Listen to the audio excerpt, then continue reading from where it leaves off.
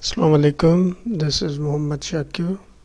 Welcome to the online lecture number 2 of data structure and algorithm. Today the topic of our lecture is algorithm basics. First lecture was about the data structure and our subject name is data structure and algorithms. So in our very first lecture we get the idea of data structure and algorithm. In this lecture we discuss the details about the algorithm basics, what it is. So let's start our topic algorithm basics. So in this slide we discuss the definition of algorithm. So what is basically algorithm is a step-by-step procedure which defines a set of instructions to be executed in a certain order to get the desired output. So in this sentence we have a particular phrase that is set of instructions to be executed in a certain order, right? So what it is a procedure in which we have instructions. That instructions should be in order to get the algorithm. Okay, the second sentence is algorithms are generally created independent of underlying languages. An algorithm can be implemented in more than one programming language. So we can implement the algorithm in many languages like MATLAB, C++, C language, Java, and so on. So here is the definition of algorithm. What is the word algorithm means? It means a process or set of rules to be followed in calculations or other problem solving operations. This is another definition of algorithm. Therefore, algorithm refers to a set of rules or instructions that step by step define how a work is to be executed upon in order to get the expected result. So in the both definitions the words are different but the meanings are same. We have to understand that we will go through the steps and which have some procedure, right? And in each step we have instructions to be put in order. Clear? If you are not clear at this stage about algorithm definition, don't worry about it, because in the end of these slides we have example so that you may be clear more. Okay, so we are heading towards our next slide, which is defined pictorially what is an algorithm. So basically algorithm resides here in these blocks. So what it takes input, and what it gives output. So basically the input we get for the algorithm what does to these inputs is set of rules to obtain the expected output from the given input, right? So we must know that the input to this algorithm should have some rules, because every input algorithm does not accept. So we must know the rules, that what types of inputs algorithm accepts, and it generates the output. So it is like a machine. In machine, if you give the raw material, then it will process that raw material and give you the output. Clear? So that material should be relevant, that raw material should be relevant to the machine. Like if we take the printer as a machine, if we put stone instead of pages, then our printer will be not working. Why? Because its input is not fair given to that machine. Understand? So from data structure point of view, following are some important categories of algorithms. So if you say that what is algorithm, then we can say search is an algorithm. what is the function of that algorithm? Algorithm to search an item in the data structure. Then means we have a data structure like data, and we search for an item. That item should be our particular item. Sort, algorithm to sort items in a certain order. You can say here what is the certain order, like ascending order, descending order, or you can say less than, greater than. These are all types of order.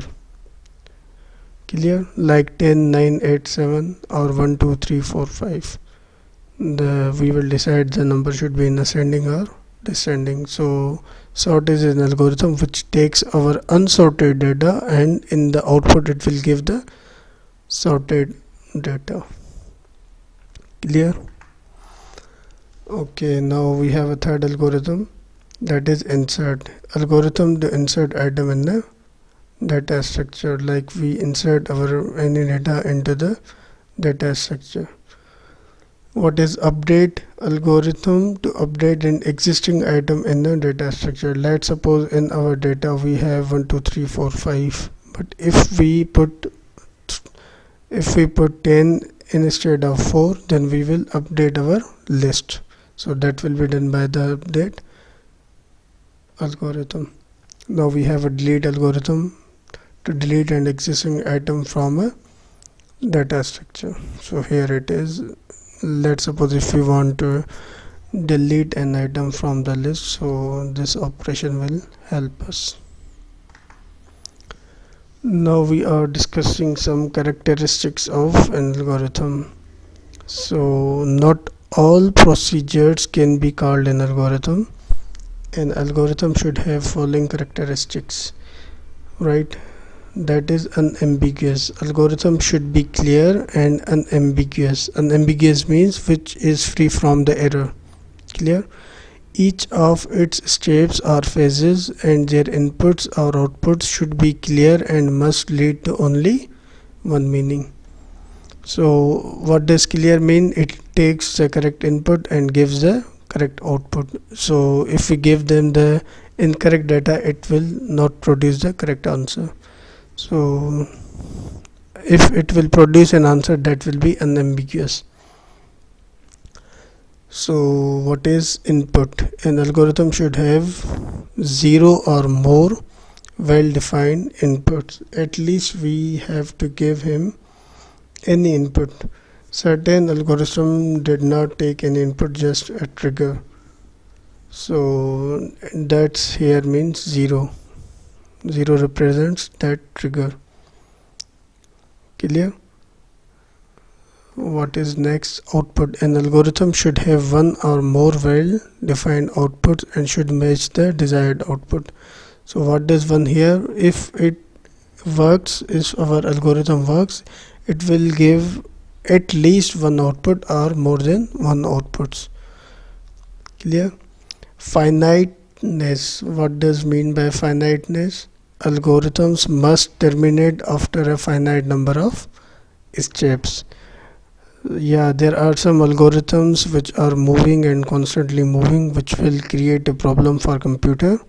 So if that algorithm is finite, then it is the characteristics of that algorithm. Certain algorithms like hacking algorithms are infinite. It continues and running continuously. So that is not good for the machines. So that's why this comes into the characteristics of an algorithm. We have next point, feasibility. What does mean by feasibility? Should be feasible with the available resources. Yeah, because we have a limited types of resources like our computers, that if we design an algorithm, that algorithm run on the Pentium 4 or Core 2 Duo PCs like that. So it will support the available resources, the basic resources, and that it will work on that PC or machine. So if you design an algorithm and if you lack any characteristics which we define in this slide and last slide, so it will be not best algorithm. So you must care while designing an algorithm all of these steps. Clear? Yeah, the last feature or characteristics of an algorithm is independent. An algorithm should have step-by-step directions which should be independent of any programming code. So that algorithm will be run on C language or will be run on C++ languages and or MATLAB means it will support all the implementation programming coding. So it means algorithm is independent and it will run on any, we can implement it in any programming languages, but the algorithm itself is independent. If I say that algorithms is dependent on our programming code like C++, we cannot change into any other language, then that is dependent. So algorithm should be independent so that it can support all the programming languages. Clear? So here it is in block diagram. Characteristics of algorithm: well-defined input, clear and unambiguous, means free from any difficulty, language independent, it should be language independent like I told you in the last recently. Feasible means it works in every PC. Finiteness means it supports all the resources. Well-defined outputs, it will give one or more than one outputs. Clear? So the next topic of algorithm is how to design an algorithm. In order to write an algorithm, following things are needed as prerequisite. Like when you choose your subjects, you have prerequisite. Like if you study the computer programming languages, then you will go to the data structure and algorithm. So to design an algorithm, we have the parameters which should be inconsiderable. What are those parameters? The first and foremost is the problem.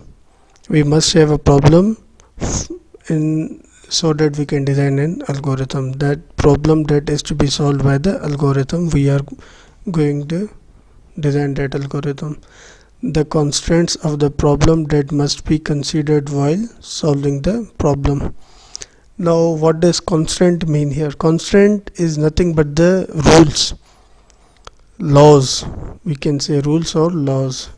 Like in Pakistan there is law, we cannot snatch a person, if we did we will be in jail. So there are some constraints, some rules in which we have to follow that rules. Like in algorithm of adding three numbers, you put the only input number, you cannot put the character. So that is the meaning of constraint. I hope you understand. What is the third point? The input. The input to be taken to solve the problem. Of course algorithm takes an input, as you know, and we discussed last slide in our first slides. The output to be expected when the problem is solved. So when we design algorithm, it will take input that is according to constraints, and that input go to the algorithm, and that algorithm process and generates the output, the solution of this problem in the given constraints. Okay, so we look at the example to design an algorithm. Consider the example to add three numbers and print the sum.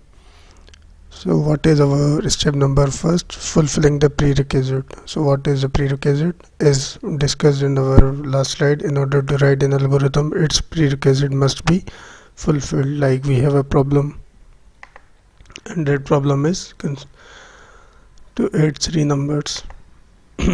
The problem that is to be solved by this algorithm, add three numbers and print their sum. So what is the prerequisite? Prerequisite is problem, and that problem is to add the three numbers. What is the constraint? The constraints of the problem that must be considered while solving the problem. The numbers must contain only digits and no other characteristics, like you are not supposed to enter the special characters, so you are only have input numbers. Clear? The input to be taken to solve the problem. What is input? The three numbers to be added. This is our third point in our rules. The output to be expected when the problem is solved. The sum of the three numbers taken as the input. So after sum, what is the sum? That will be the output of the problem. The solution to this problem in the given constraints. The solution consists of adding the three numbers. It can be done with the help of plus operator or bitwise or any other method. So it is up to us or our knowledge that how we solve this problem by adding three numbers, like we use the plus operator or bitwise operator, or if you have any other, then you can also. So what is the second step?